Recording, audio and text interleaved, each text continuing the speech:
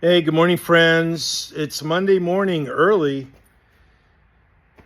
24th of November, 2025, and just getting a very early start here to finish up the last little bit of media blasting before I make a little trip. But I'll just show you a little bit of what's going on. I won't take too much of your time, okay? That's one of the floors to the blasting cabinet, and the hose right here had another blowout because I'm running a little bit more of an aggressive blasting mix and a little bit higher pressure to move this along more quickly. And I'm getting a little bit of time gains, a little bit of advantage in doing that, but I don't know if I like doing that too often because the equipment level wear out multiplies by a factor of 2. I mean, I'm really going through these hoses quickly, and there's a section from another part of the hose right there worn out from yesterday, and this section right here I've got to change, and she blew right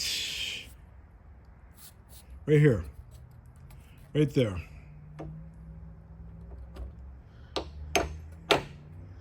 And when these things pop, man, they explode. Bang, and it scares you if you're not ready for it. So let me fix that very quickly and get the rest of the stuff done. You can see a nice little pile of a mixture of things, mainly all Porsche stuff.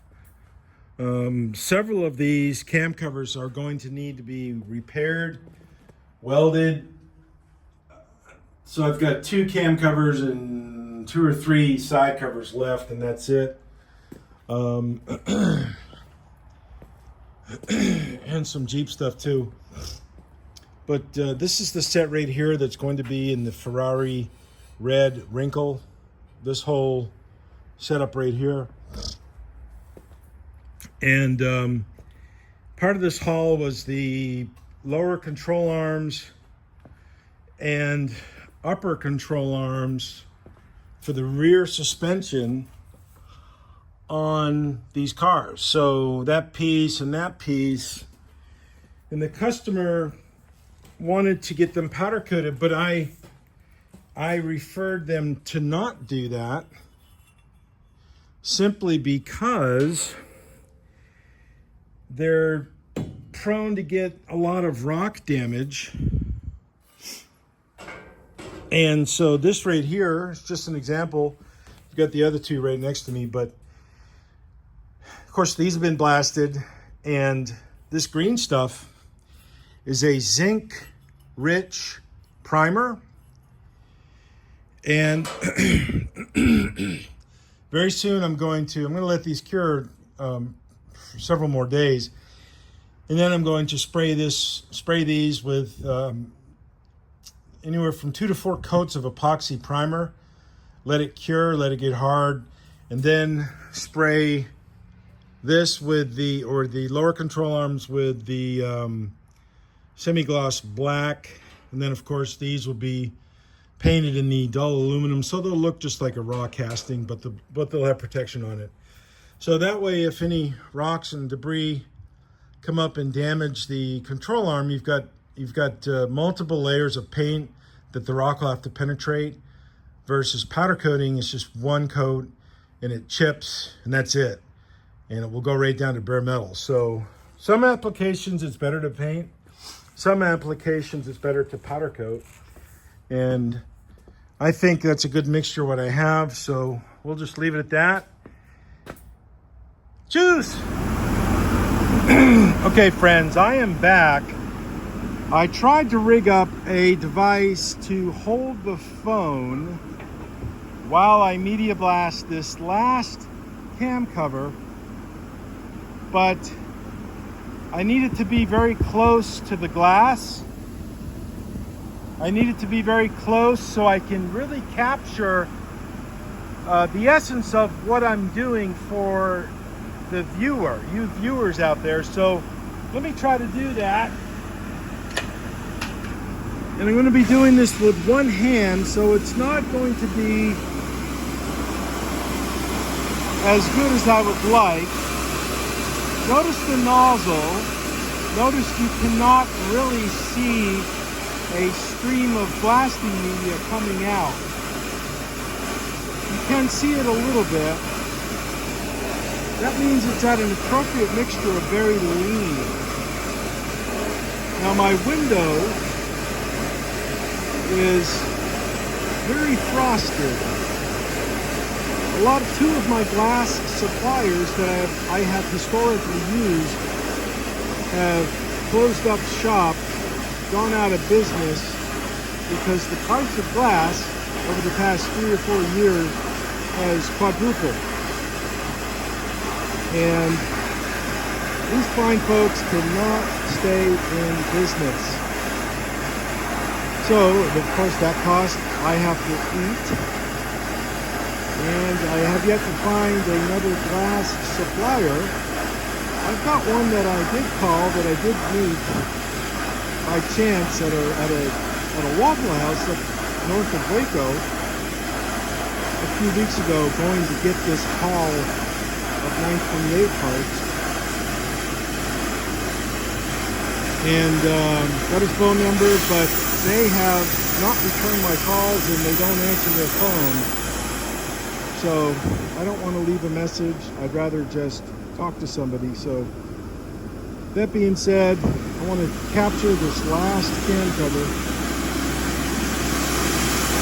And sometimes when I run it green like that, the mixture doesn't come through because the sun just came out and the metals and things are expanding or contracting. And so I might have to adjust the media flow to get it a little bit more rich.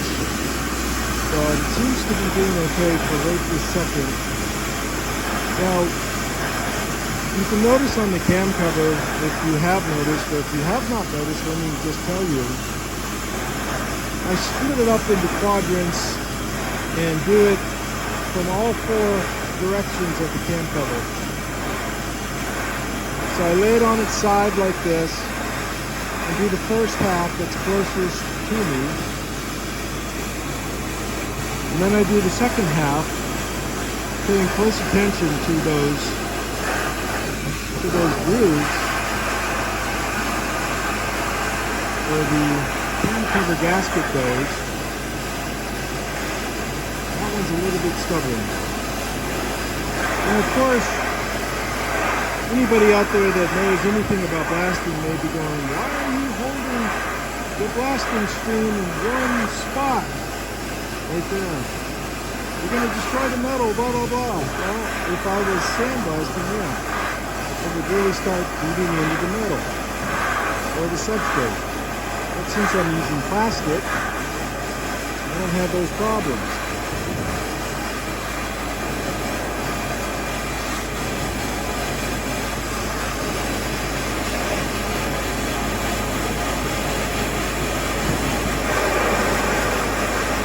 Now, for the purposes of this video, my blasting nozzle is very high.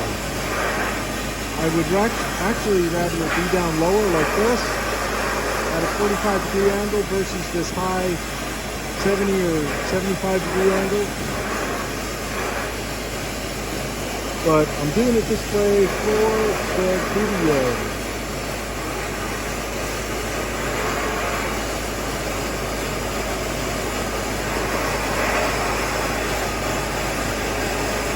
Not quite as efficient holding it at this high of an angle. And if anybody's wondering what is behind those cam covers, those are 2 deep Comanche fenders, which have some kind of paint on it, which is very, very, very stubborn. It's like, I think it's an Enderon paint. Very stubborn stuff. Has a nice shine. It's relatively inexpensive. but it's very thick. It's a very heavy paint. It lays down thick. That's what I'm saying. I won't talk about viscosity because that's maybe not what the actual thing I'm trying to say, but it does have a very thick coating to it. That green paint back there. And the owner did have the truck repainted one time before from that obvious red. You see the red there into that green. Now I'm going to have to change this cam cover orientation here in a sec. Let me just show you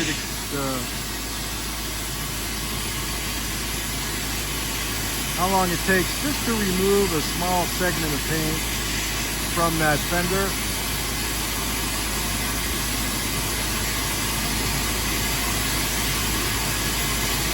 Now right there in the crevice, there's a lot of thick, it looks like a seam sealer, but it's not. It's the paint primer that they put on it and the old paint under it. You can see the red coming through.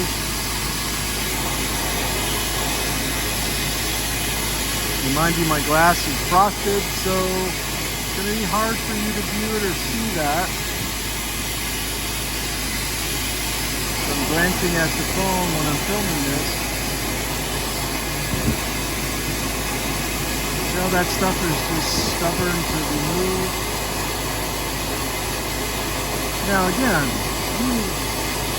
let me explain something here. If I was sandblasting, holding it there like that, I'd be having, you'd be having, the owner of this would be having all sorts of problems with the metal starting to heat up, starting to eat away. Sand would just start digging in. But the plastic doesn't do that. You see that seam right in there? I don't think you can, but I'll try to explain it. Right there in the crease, the body line, the old paints, primers, new paint, new primers just sit in there and just stay. It takes forever to do that. Get that out with a piece of sandpaper. Let me shut this off.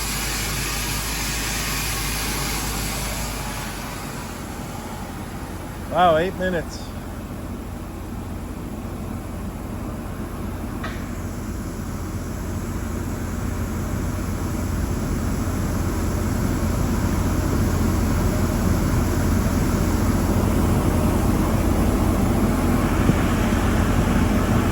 Yeah, you can see the frost in the glass.